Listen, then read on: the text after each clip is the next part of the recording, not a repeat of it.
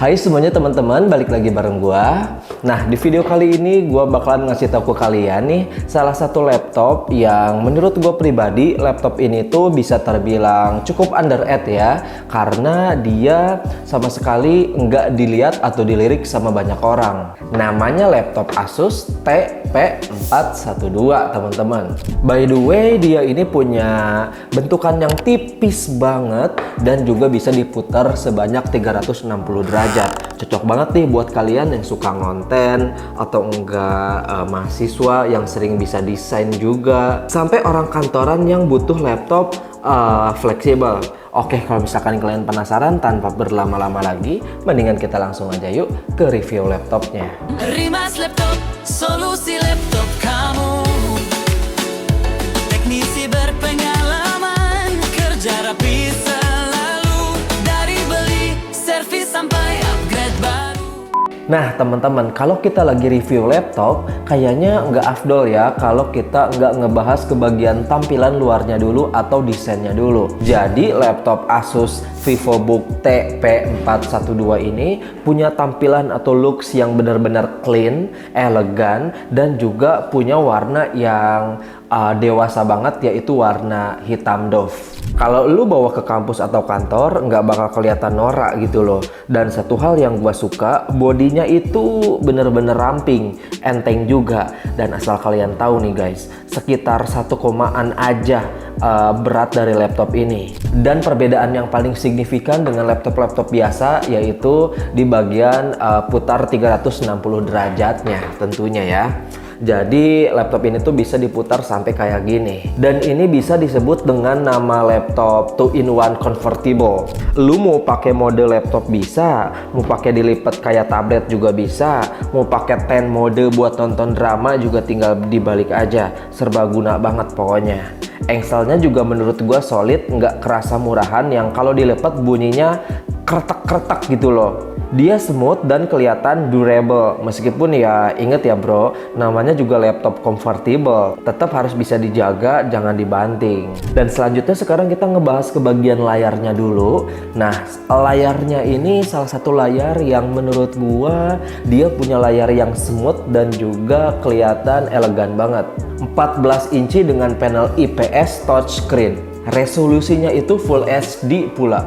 Jadi buat kalian yang sering nonton Netflix atau nonton YouTube, laptop ini cocok banget. Dan di bagian touchscreen-nya juga dia responsif parah. Buat kalian yang suka desain gambar atau bikin-bikin animasi tipis-tipis atau sering scrolling gitu, nah ini laptop benar-benar cocok. Dan kalau misalkan kalian punya stylus, ini bisa lebih mantap sih.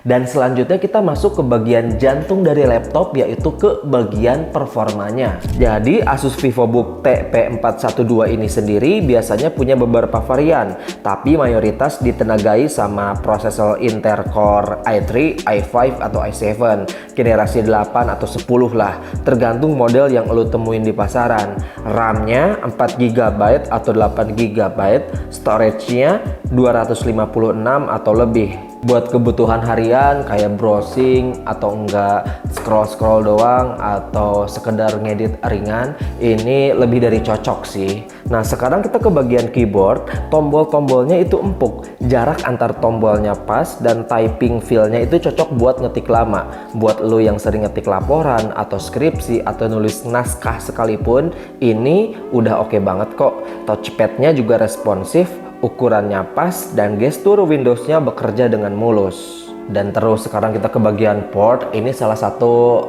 hal yang paling penting ya, karena meskipun ini laptop bisa terbilang laptop modern, tapi dari portnya itu lumayan lengkap banget nih teman-teman. Dia punya USB 3, USB 2, USB-C, HDMI, audio jack, sampai slot micro SD.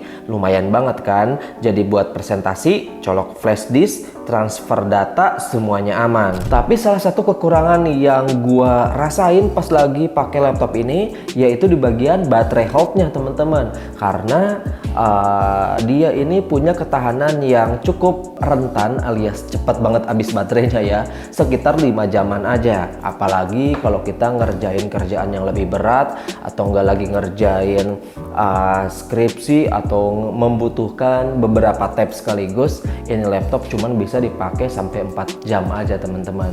Jadi kalian harus siap nih bawa chargeran kemana-mana.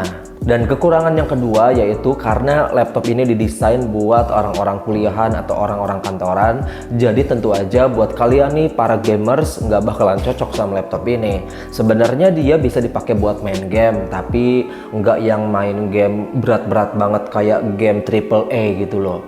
Nah kayak buat main Point Blank atau main Dota atau main CSGO ini masih oke lah. Tapi kalau kalian pakainya buat main The Witch atau nggak main The Sims, nah ini nggak bakalan bisa teman-teman. Dan untuk harganya sendiri di tahun 2025 khususnya di bulan Desember 2025 ya sekarang, dia dijual di harga 8-10 jutaan aja teman-teman.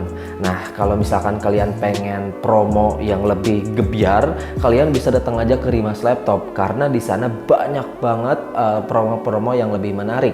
Nah laptop ini juga dijual dengan harga 8 jutaan aja teman-teman. Dan kalau misalkan kita compare ke beberapa toko yang lain, ini jelas jauh beda sih. So itu dia teman-teman sedikit pembahasan laptop atau review laptop hari ini. Gimana nih menurut pendapat kalian semua? Seperti biasa kalau misalkan kalian suka boleh banget buat minta like-nya. Dan jangan lupa juga subscribe aja karena kedepannya bakalan banyak banget pembahasan-pembahasan menarik dan juga review-review laptop yang bakalan gua bahas. So sekian dari gua, see you next time.